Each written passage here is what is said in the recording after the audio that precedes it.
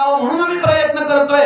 ज्या दिवशी खाता बसता उठता चालता बोलता आमच्या मुखातून भगवंताचं नाम येईल ना, त्यावेळेला आम्ही ठरवू तुकोबांना लागलेलं वेळ आम्हाला लागलं.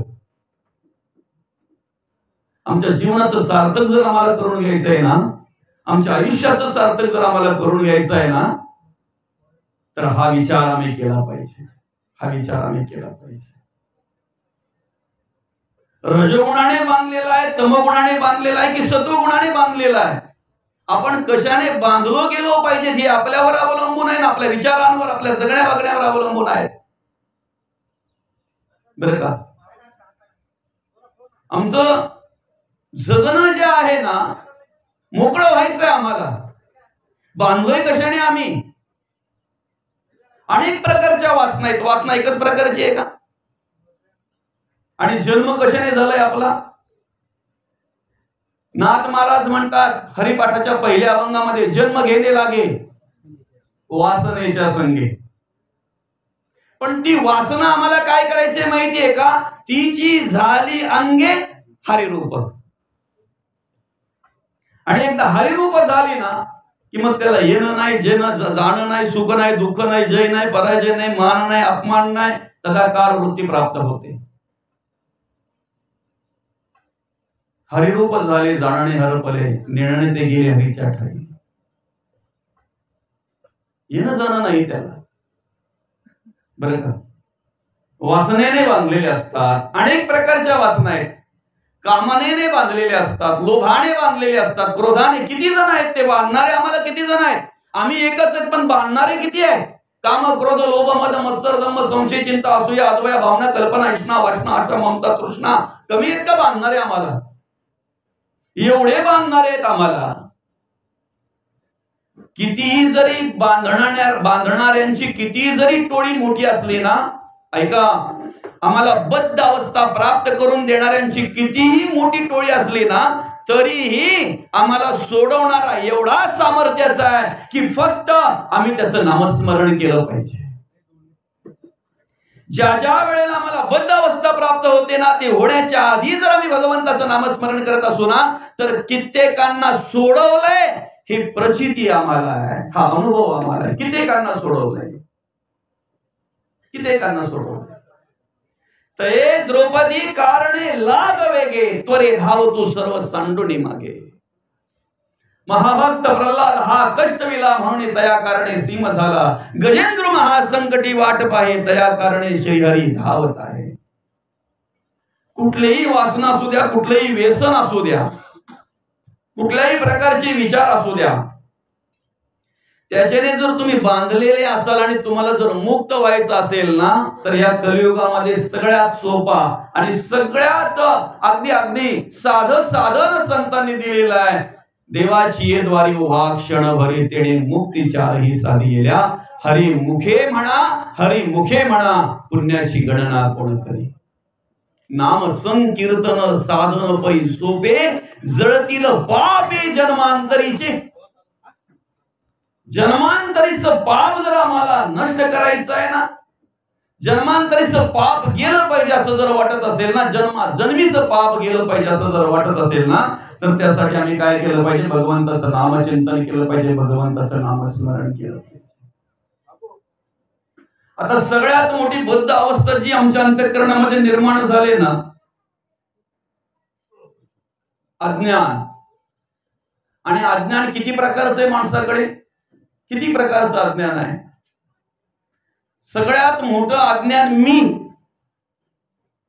मी आहे, मी करतोय, मी सगळं काही, मी हा, हे सगळ्यात मोठं अज्ञान आहे. सगळ्यात मोठं अज्ञान आहे. आम्ही जग शोधतोय, जगातले शोधतोय, जगातला देव शोधतोय, जगातले कार्य कर्म करणारे सगळे आम्ही शोधतोय. बरं का? आम्ही सृष्टीकडे पाहतोय, सगळं दिसतंय आम्हाला. पण सगळं दिसूनही ज्याला स्वतः दिसत नाही ना, मी शोधता येत नाही ना, मी कळत नाही ना, त्याला जग हे त्याच्याप्रमाणेच वाटत असते, दिसत असते. बरं का? आता साधं उदाहरण आहे. आचरण वागणं जगणं आजचं जर आपण पाहायला गेलो तर प्रत्येकाला मनापासून अंतःकरणापासून काय वाटतंय माहितीये का? जग बदललं पाहिजे, जगामध्ये बदल घडला पाहिजे, बरं का? आता कित्येक लोक असा विचार करतात आणि चिंताग्रस्त होऊन आपल्याला अशी बोलताना सुद्धा पाहायला मिळतात. जगात काय चाललंय? जग बदललं पाहिजे, जगामध्ये बदल घडला पाहिजे. जगामध्ये बदल घडवण्याचा अधिकार आपला नाहीये, तेवढं सामर्थ्य आपल्यात नाहीये. सृष्टी बदलावी असं जर वाटत असेल ना तर सृष्टी बदलवण्यापेक्षा आपली दृष्टी बदलवा. ज्या दिवशी आमची दृष्टी बदलेल ना त्या दिवशी सृष्टी बदललेली पाहायला मिळेल आम्हाला. आमचा पाहण्याचा दृष्टिकोन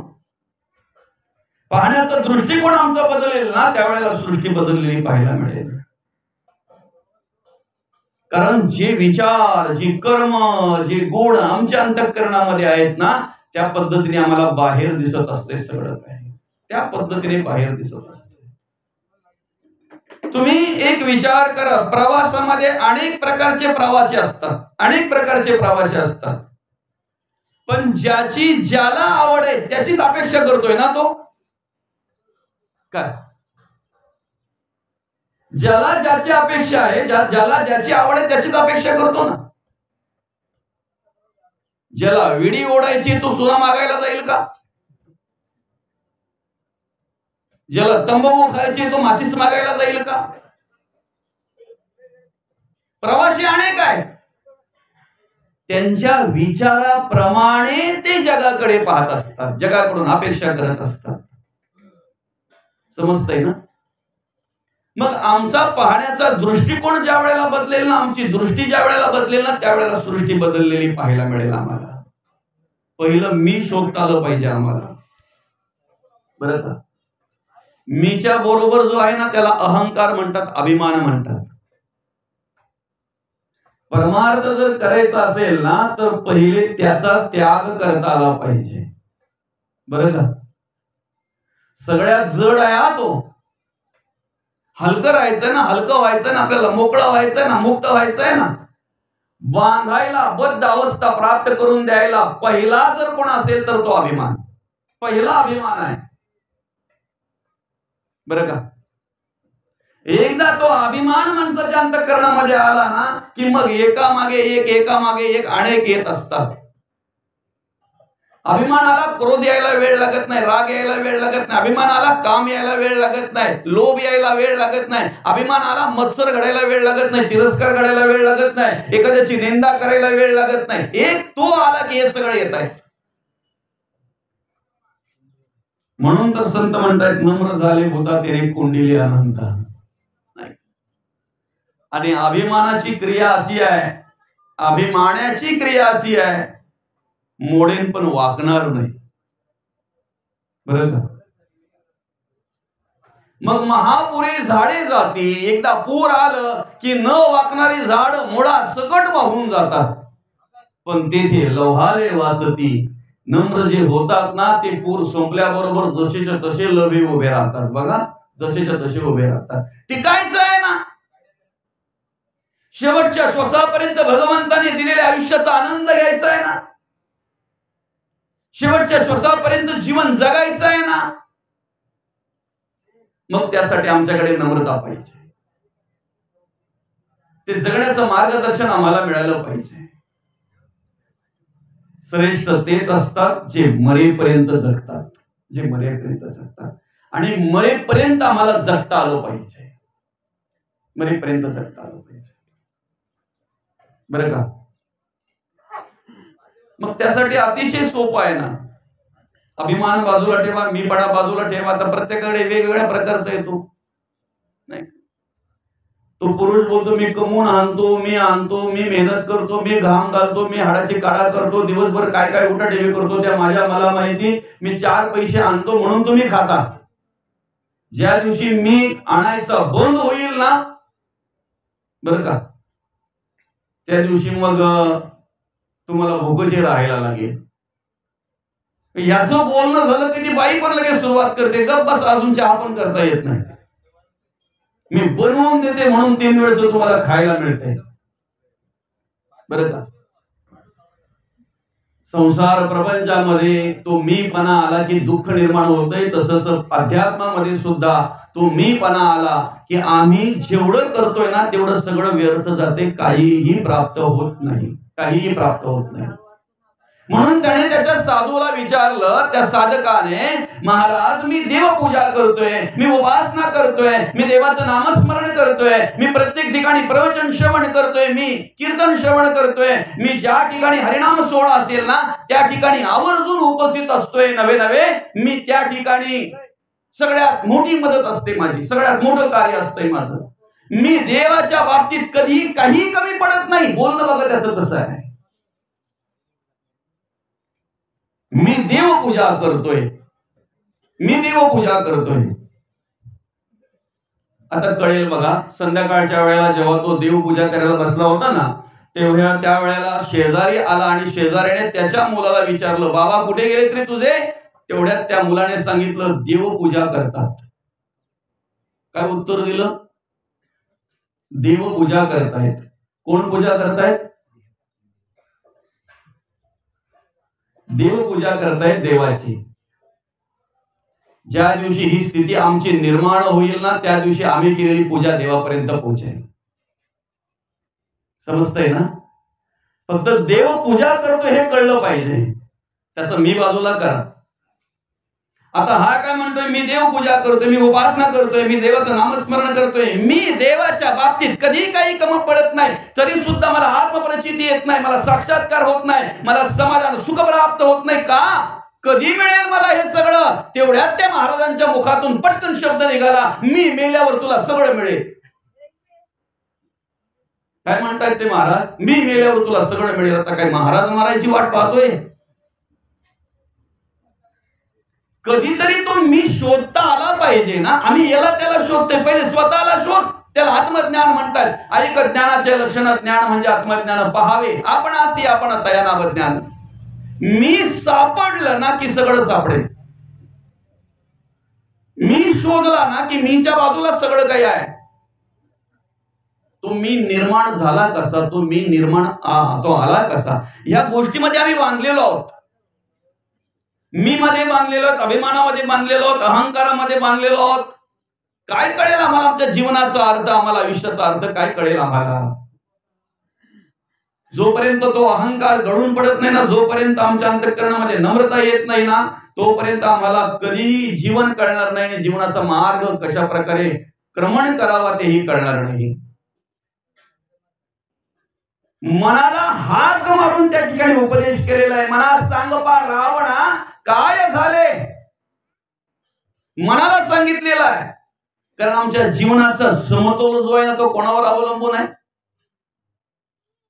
मनावर अवलंबून आहे. परमार्थ करायचंय तनाने की मनाने?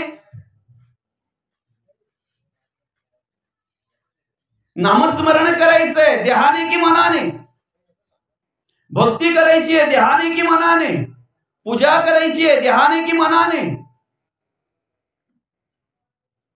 कर्म करायची आहे, मन ठिकाणावर पाहिजे.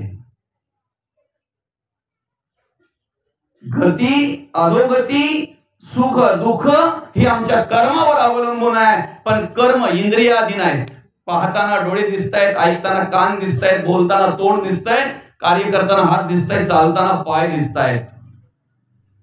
कर्म इंद्रियाधीन आहेत, इंद्रिय मनाधीन आहेत. म्हणून तुकोबा म्हणतायत, मन इंद्रियांचा राजा, सर्व व्हावे त्याची पूजा, मन जीवींचा प्रधान. मन माझे नारायण, मन माझे नारायण. म्हणून मन वढाय वढाय उभ्या पिकातील ढोर, किती हाकया हाकया फिरयत पिकावर. त्या मनावर जर नियंत्रण ठेवायचं आहे ना तर सारथी भगवान श्रीकृष्णच पाहिजे. त्या मनाच्या लगाम आपण त्या देवाच्या हातात दिल्या पाहिजे, देवाच्या हातात दिल्या पाहिजे. बांधलेलो आहेत आम्ही अज्ञानाने अंधश्रद्धेने. काय काय चाललंय बघा ना आज आमच्या आजूबाजूला, काय आम्ही सुद्धा कशामध्ये गुरफटलो होतो. कधीतरी श्रद्धेचा डोस पण जास्त घेतला का त्याचं रूपांतर अंधश्रद्धेमध्ये होत आहे, बरं का. म्हणून त्याच्यावर पण जगद्गुरु तुकोबांनी सांगितलेलं आहे. माऊली ज्ञानोबा त्याच्यावरही मार्गदर्शन करतायत. भक्ती परमार्थ करत असताना जेणेकरून आमच्याकडे अंधश्रद्धा येता कामा नये, श्रद्धेने कार्य करता आलं पाहिजे, देवाला श्रद्धेने भजता आलं पाहिजे, अंधश्रद्धेने नाही. अजूनही जर संसारिक प्रापंचिक गोष्टींची जर अपेक्षा करतोय आम्ही देवाकडून आणि त्या प्राप्त व्हाव्यात म्हणून जर आम्ही नवस सायास देवाला करत असू तर याला श्रद्धा म्हणतात की अंधश्रद्धा म्हणतात. ह्या नश्वर सुखासाठी जर आम्ही देवाशी भांडत असू, ह्या नाशिवंत गोष्टींसाठी जर आजही आम्ही देवाकडून ती अपेक्षा करत असू आणि जर भांडत असू तर याला श्रद्धा म्हणतात की अंधश्रद्धा म्हणतात. बांधलोय आम्ही, वासनेने बांधलोय. काय कमी होतं ते रावणाकडे सांगा ना, रावणाकडे काय कमी होतं? मनाला हात मारून सांगितलंय, मना तू स्वतःला विचार ना दादा, रावणाकडे काय कमी होतं? कबीर महाराज तर म्हणतात, परणारी पैरी छुरी न लावू उसे अंग, रावण के दस सिर गए परणारी के संग. म्हणून तर आमचं हिंदुस्थानचं शास्त्र आम्हाला शिकवतं, येत्र नार्यास्ते पूजन्ते रमन्ते तत्र देवतः. ज्या ठिकाणी महिलांचा सन्मान केला जातो, ज्या ठिकाणी महिलांचा आदर केला जातो, त्या ठिकाणी सगळ्या प्रकारच्या देवता रममाण होत असतात, सगळ्या प्रकारच्या देवता रममाण होत असतात. आणि म्हणून ते आम्हाला सांभाळायचं आहे, त्या पद्धतीचं कार्य आमच्याकडून घडलं पाहिजे. जगता वागताना एक विचार केला पाहिजे की श्री ही अनादी काळची माता आहे, श्री ही अनादी काळची माता आहे. या हिंदुस्थानमध्ये अनेक संत होऊन गेले, अनेक संत साधू मुनी आजही आहेत, अनेक ऋषी अनेक साधूंच्या पदस्पर्शाने पावन झालेला हा हिंदुस्थान आहे, हा महाराष्ट्र आहे.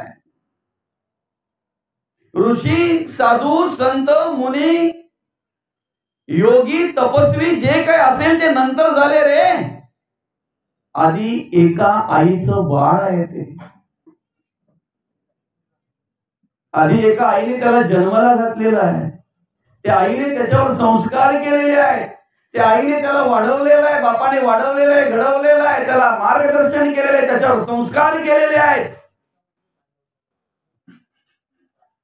आणि म्हणून प्रत्येक माणसाच्या आयुष्यातला प्रत्येक माणसाचा पहिला गुरु जर कोण असेल तर त्याचे आई वडील पहिले गुरु. मरणदायी यातना भोगून ती माई माऊली बिचारी आम्हाला जन्माला घालत असते. बाळांत म्हणतात त्याला, कदाचित बाळाला जन्म देता देता आईचा अंतही होऊ शकतो. आणि अशी कित्येक उदाहरणं आपण पाहतोय, कित्येक उदाहरणं पाहतोय.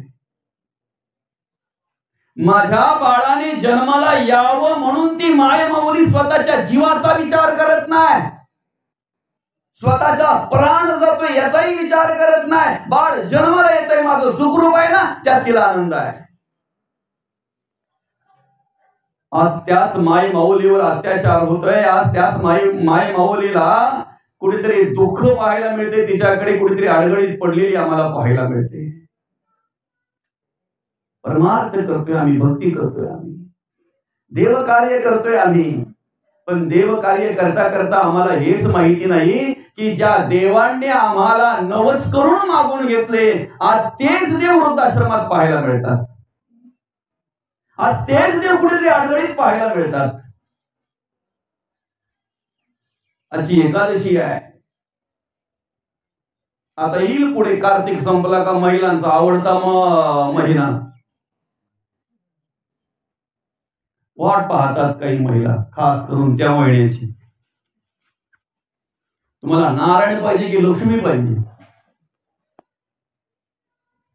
करू नका असं नाही, काही ते केलं पाहिजे, आपण त्या देवीला भजलं पाहिजे, महालक्ष्मीची पूजा आपण केली पाहिजे, बरं का. कारण हल्ली या कलियुगामध्ये अधिक महत्व कोणाला आहे? पण तेही लक्षात ठेवा, नारायण जोपर्यंत आहे ना तोपर्यंत लक्ष्मीला किंमत आहे. काय माऊली? दोघांचा संवाद चालू होता, लक्ष्मीचा आणि नारायणाचा. आणि संवाद चालू असताना पटकन लक्ष्मी माता बोली, तुमच्यापेक्षा मी श्रेष्ठ आहे बरं का आज या कलियुगामध्ये. कारण जो तो कोणाची अपेक्षा करतोय. तुम्ही पण उद्या गुरुवार काही ते उपवास धरणार आहात, कशासाठी बरं? महिला. अख्खा दिवस आमच्या घरात काय आरडाओरडा असतो ना ते त्यांचं त्यांनाच माहिती. पण संध्याकाळची वेळ झाली की त्या पोरांना सांगतात, हे पोरं वाटू नका, रडू नका, आता लक्ष्मी यायची वेळ झाली. म्हणजे आमच्यासारखी लक्ष्मी अख्खा दिवस आणि संध्याकाळी. आणि मग लक्ष्मी माता त्या ठिकाणी नारायणाला म्हणतायत, तुम्हाला पाहायचंय का माझ्यामध्ये किती सामर्थ्य? तुमच्याकडे लोक आकर्षित होतात की माझ्याकडे लोक आकर्षित होतात, पाहायचंय तुम्हाला? आणि मग तेवढ्यात यांचा संवाद चालू असताना एक प्रेत यात्रा चालली होती स्मशानाकडे, बरं का. आता आपल्याला माहिती आहे तो शेण घेतलेला असतो, तो पुढा असतो, मडका पुढा असतो नाही का बाबा, बरोबर ना? त्याच्या मागे ते चौघ्यांच्या खांद्यावर ते प्रेत असते. आणि मग काही माणसं पुढे थोडी, काही मागे, असे राम नाम सत्य आहे, राम नाम सत्य असं चालू असतंय. त्याची ओळख पण आपण अंतरात्मा असतानाच घेतली पाहिजे. जो राम नाम सत्य आहे ना ते असतानाच घेतलं पाहिजे. असं ठीक आहे, बोलण्यासारखं बरंच आहे, पुढे जाऊ आपण. आणि मग हे क्रिया बघितल्यानंतर लक्ष्मीने काय केलं माहितीये का, तिथे पैशाचा पाऊस पाडला, नुसती चिल्लर. त्या टायमाला चिल्लरला खूप महत्व होतं बरं का. मागचे जसे पुढचे म्हणतात राम नाम, मागचे म्हणतात सत्य, राम नाम सत्य, राम नाम सत्य आहे. सत्य आहे बोलणाऱ्यांचा लक्ष ज्या वेळेला मागे गेला त्यावेळेला अरे बापरे पैशाचा पाऊस पडतोय. 1 मिनिटात सत्य आहेच बंद झालं. जो माणूस जास्त तिकडे आकर्षित झाला ना की त्याचं सत्य आहे याच्याकडे पण लक्ष नसते बरं का. काय म्हणून एखाद्याला तुम्ही फोन करून सांगितलं ना, महाराज अमक्या अमक्या दिवशी खाली आहेत का? जर खाली असेल, दादा खाली आहे, किती वाजता यायचं तेवढं सांगा, निश्चित अशा महाराजांना कार्यक्रम द्या. पण जो एखाद्याला सांगितलं की तुम्ही महाराज खाली आहेत का, आहे पण तुम्हाला माहितीये का सध्या 5-6 असतील तर मी येतो प्रवचनाचे. ज्याचं लक्ष तिथे आहे ना त्याचं सत्याकडे लक्षच नाही, सत्याकडे लक्ष नाही. ठरवून येणारे कधी अडू नका, कधीच नका. कुठलेही असू द्या, ते कोणीही असू द्या, येतायत सेवा म्हणून करतायत. जर दिला प्रसाद ते प्रसाद म्हणून हरकत नाही, जे असेल ते अपेक्षा नाही, जे मिळेल ते प्रसाद म्हणून स्वीकारायचं आणि निघून जायचं. पण आमचा पाहण्याचा दृष्टिकोन काय माहितीये का, लय मोठा महाराज आहे तो, 6,000 घेतो बरं का. आणि ज्याला सेवा सांगितली येतोय, नम्रपणे करून जातोय, तो आपलाच महाराज आहे. पाहण्याचा दृष्टिकोन बघा. आपल्या दृष्टीने सगळ्यात मोठे महाराज कोणते बरं? कमी पाकिटवाले का मोठे पाकिटवाले? जर अक्कल आमची ठिकाणावर असली ना तर पाकिटावर महाराज नाही ठरवणार आम्ही. त्याची बुद्धी, त्याचं बोलणं, त्याचं चालणं, त्याचं वागणं हे महत्वाचं आहे. 1.5 तास इथे करीन ना प्रवचन, पण नंतर राहिलेल्या तासांमध्ये मी काय करतो हे महत्वाचं आहे ना. लगेच मागच्या बाजून जाऊन जर तो चुनाळातली स्तंभ काढली तर, इथेच आतमध्ये जाऊन जर माचीस घेतलीने बाजूला जाऊन सांगा त्याला टीव्ही चालू आहे बरं का. तर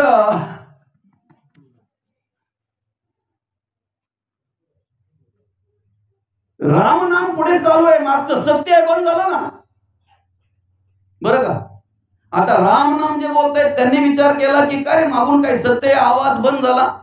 ते पाहतात तर अरे बापरे पैशाचा पाऊस पडतोय, तेही लागले पैशाचा ते वेचायला. तेवढ्यात लक्ष्मी माता बोलते, बघा आहे का नाही पावर. आता राम नाम पण नाही ना, सत्य आहे, काहीच नाही. चौघांच्या खांद्यावर जे काही 4-5 जण होते त्यांच्या खांद्यावर जे काही होतं त्यांनी विचारलं, अरे मागे कोणच नाही, सगळे पैसे दिसतात. मग त्यांनी पण विचार केला, नाही तरी असा पण बाबा गेलाय, आता काय देणार आहे आपल्याला, काय होईल, फार 1-2 तास लेट होईल, चला. त्यांनी ठेवल्या बरोबर तेही वेचायला लागले. आणि मग ज्याच्या हातात मडका होता त्यांनी पाणी खाली केलं, ज्याच्या हातात शेण होती त्याने बाजूला ठेवली.